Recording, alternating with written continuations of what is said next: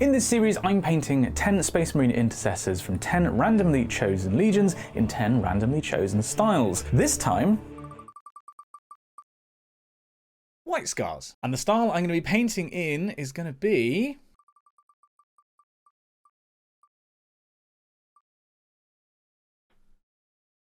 Oh, okay. This is possibly the most technically difficult one. Now, if you don't spend as much time in the miniature painting world as I do, you may be asking, who's Richard Gray? And the answer to that question is, he's kind of my favorite painter ever. He has produced these amazing works, multiple Golden Demon winner, multiple Slayer Sword winner. You may have seen his Mortarion, or, I mean, God, take your pick from his Instagram. And I included him in this challenge because I really wanted to push myself. This was the one that, in a way, I was kind of building up to, and it's here. I've got to try and see if I can paint like him now. However, apart from really, really good, what is Richard Gray's style? To find out, I sat down in Photoshop to analyze some of his pieces. The first and most obvious thing is that his models are lit volumetrically. That is to say that you don't have a volume like this shoulder pad being the same color throughout. It is lit as if from a definite light source. There's a highlight here and a shadow further away. On all of his models, you see very clear volumetric lighting. And I mean, it looks absolutely incredible. Notable by its absence is a lack of edge highlighting. So on this Death Guard model, for example, you've got a lack of highlighting along the edges of this glove, for example.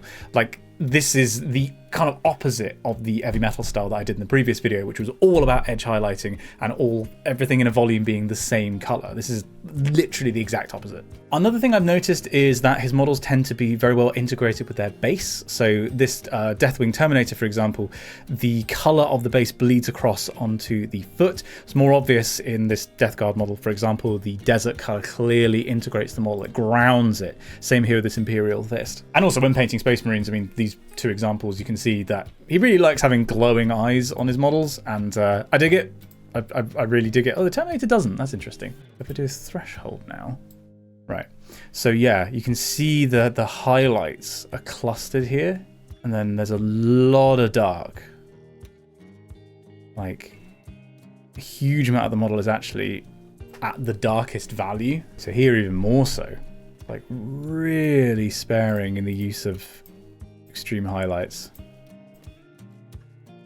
And it is volumetric. It's on the crown of the head, it's on the upwards facing part of the glove, the upwards facing part of the armor. It almost looks like it, maybe this is just the effect of the painting, but it looks like it curves upwards slightly. So I mean, just look at that. It's so effective at creating shadow. That, I guess, is maybe the defining characteristic of his style is the volumetrics, and how you'd think that the lack of edge highlighting would make the shape difficult to see, but actually when the volumes are this clearly defined through shadows, you know what everything is. So impressive. Now, fortunately for me, Richard actually makes tutorials on YouTube. For some reason, they don't get very many views. They are incredible. The results that you can get out of them is astonishing. Go and check out his channel. I can't make this video and not recommend him. There'll be a link in the description. Go and check his YouTube channel out. And in particular, in this video, I'm going to be including a lot of the advice he included in this video on how to speed paint an Imperial Fist. And just for reference, this isn't him painting to, you know, like competition level. This is him painting his version of tabletop ready, which still looks like this at the end of it, so... First of all, I assembled an intercessor in what I thought was quite a dynamic pose, but also one that didn't require sub-assemblies because of the techniques that Richard uses. I thought it would just be better this way. And I started off by base coating black and then using makeup brushes. My wife very kindly donated some of her old makeup brushes to me for this, and I started by layering on successively lighter tones of grey. White is a really hard colour to paint well, and I think this method actually made it a lot easier, though I'm not certain I necessarily used the right greys. I think I could have done with something a little bit colder in the mid-tone, but we roll. The idea of this technique is you use makeup brushes with really heavy application of a dark grey. I think I used Eshin grey, and then working up to lesser applications of a medium grey, and then eventually that medium grey mixed with white, so that you're not quite at your absolute highlight.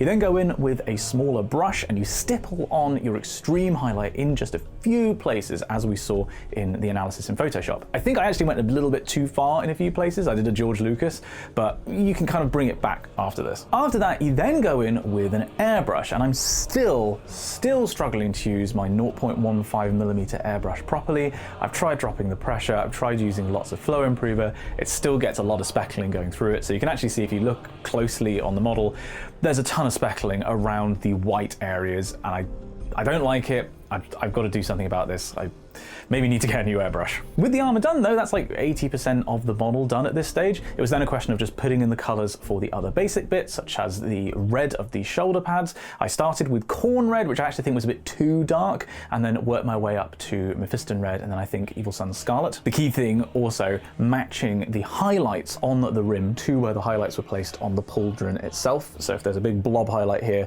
you have the rim highlight here rather than the whole way along.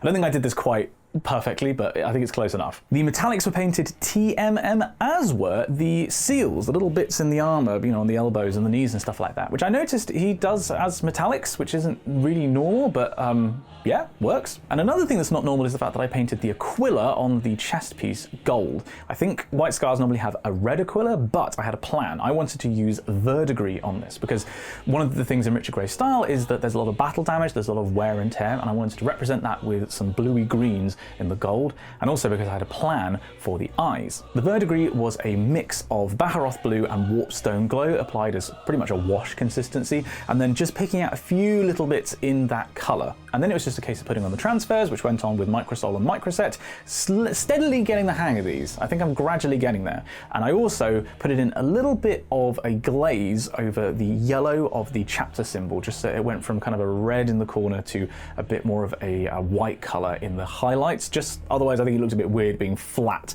against all these volumes. With all that done, there's another airbrush step. It's a gloss varnish across the whole model and then an oil wash. I was surprised that he used an oil wash because it's quite an imprecise way of painting normally, but he clearly makes it work. So this was a mix of black with some burnt umber and just a little touch of red, because I knew I wanted the base to be kind of a Martian red, which went on all over the model. And then I put some white spirits on my brush and used that to just brush away the wash from the upper parts of the model. So it was just left in the recesses. In a couple of places I used a makeup sponge, which is my normal way of doing things, but this was definitely more precise using the brush. Then there was another airbrush step, this time a matte varnish, sealing in the oil wash. And then because the matte varnish had dulled the shadows, they basically brought the shadows up slightly, I wanted to make the highlights a little bit brighter, which is another thing that he says in the Imperial Fist tutorial. So going over the armor with pure white and just picking out stippled highlights, doing the same thing with the metallics and with the verdigris. Then it was time for battle damage. This is something that is like universal across basically all of his pieces, is that his warriors are really dinged up. So it was a standard case of putting in a dark color and then below the dark color putting in a highlight. The idea being that you have the raised edge of the armor catching the light with the highlight. You have to sort of think about the geometry a little bit here, and it's one of these steps that honestly doesn't take that long. I reckon it probably took 20 minutes, but it just makes the model pop. It makes such a difference. And with that done, I finally came to the eyes, and this was where I knew the model would kind of either work or not. And I used for the eyes the same color that I used for the verdigris, the mix of Baharoth blue and Warpstone glow. First of all, with a messy application all over the eyes and just below, but not getting on the brow, because you want the eyes to be the source of the light. Then it was just a case of putting more and more white into that mix and gradually putting highlights in the lenses working towards the center, and an edge highlight just on the bottom of where the helmet meets the lenses, so that it's like it's reflecting. And for just cool points, I also put a couple of little bits of that color on the edges of the armor where it looked like there would be a glint reflection. And I think it really worked, which just left me to pop the model off of its temporary base and glue it to its permanent base, which has been done with pigment powders. And I used those same powders, which I think were from Green Stuffwell. One was from Vallejo and one was from Green Stuffwell, and put those over the bottom of the model, over the foot and the lower legs, just to tie it to the weld, put some sealant on, put some tufts on, and it was complete. I think I say this every time in this project, but I am really happy with the result. It is, as far as I can tell, a pretty good approximation of Richard Gray's style. Maybe he will comment on this, maybe he will point out, the bits that I did well and that I didn't do so well, in which case, thank you so much for that feedback. But as far as I can tell, It looks a lot more like one of his models than it looks like one of my models, so I'm happy. The volumes look good. I think I probably could have gone a bit darker overall and maximized the contrast. I think the eyes, the glowing eyes, really make the model pop, which is something that he definitely does across a lot of other Space Marines, as does the red of the base. I think colors-wise and volumes-wise, this looks pretty great. I think it's just some of the technical applications where I've fallen down, especially around the airbrush. It also didn't take anywhere near as long as I thought it would. I think overall, this may have actually taken less time than a lot of the other models in this project, maybe like 12 hours in total. A lot of that time saving coming from the makeup brushes. So it's not, to me, a speed painting technique, but it's also not outrageously slow.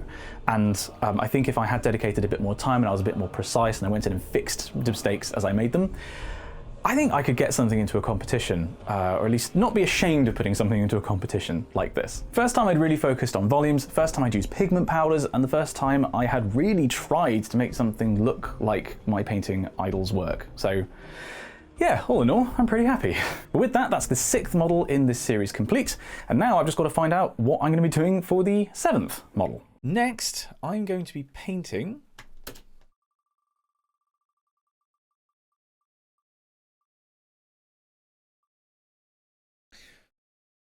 all right, what to say, I've always really liked Imperial Fists. I've always thought it was a really strong colour scheme. I like the lore. There's a few styles this will not go with, however. And the style I'm going to be painting my Imperial Fist in is going to be...